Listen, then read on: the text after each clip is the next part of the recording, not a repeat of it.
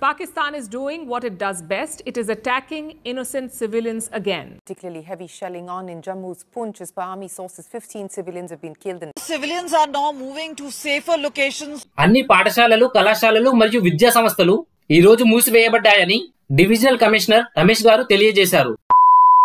అసలు పూంచ్ డిస్ట్రిక్ట్ లో ఏం జరిగింది 2 నిమిషాల్లో ఈ వీడియోలో తెలుసుకుందాం. ఆపరేషన్ సింధూర్ తర్వాత పాకిస్తాన్ పూంచ్ డిస్ట్రిక్ట్ లో దాడి చేసింది. ఈ దాడిలో 12 మంది పౌరులు చనిపోయారు, 57 మంది గాయపడ్డారు. పూంచ్ డిస్ట్రిక్ట్ చెందిన ఒక సీనియర్ పోలీస్ అధికారి చనిపోయిన వారిని గుర్తించారు. చనిపోయిన వారిలో 7 నుంచి 14 సంవత్సరాల మధ్య వయసు గల 4 పిల్లలున్నారని తెలియజేశారు. ఏప్రిల్ 22 పహల్గామ్ లో జరిగిన ఉగ్రవాద దాడికి ప్రతీకారంగా భారత్, పాకిస్తాన్ మరియు పాకిస్తాన్ ఆక్రమిత కాశ్మీర్ లోని 9 ఉగ్రవాద క్యాంపులపై దాడి చేసిన వెంటనే బుధవారం ఉదయం ఈ దాడికి పాల్పడ్డారు. ఈ దాడిలో చాలా మంది ఇళ్లు దెబ్బతిన్నాయని తెలియజేశారు. గ్రామస్తులు జమ్మూ కాశ్మీర్ లోని తమ బంధువుల ఇళ్లకు వలస వెళ్తున్నారని అక్కడ ఉన్న లోకల్ ప్రెసిడెంట్ అయినటువంటి దర్శన్ భారతి గారు తెలియజేశారు.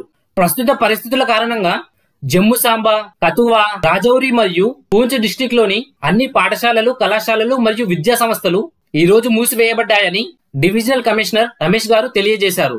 బుధవారం పాకిస్తాన్ సైన్యం గురుద్వారా శ్రీ గురుసింగ్ సభ సాహిబ్ పై జరిగిన దాడిని ఢిల్లీ కేబినెట్ మంత్రి మంజిందర్ సింగ్ సిర్సా గారు ఖండించారు. ఇది పాకిస్తాన్ సైన్యం పిరికి వైఖరిని చూపిస్తుందని తెలియజేశారు. దీనికి భారత్ ఖచ్చితంగా సమాధానం చెప్తుంది.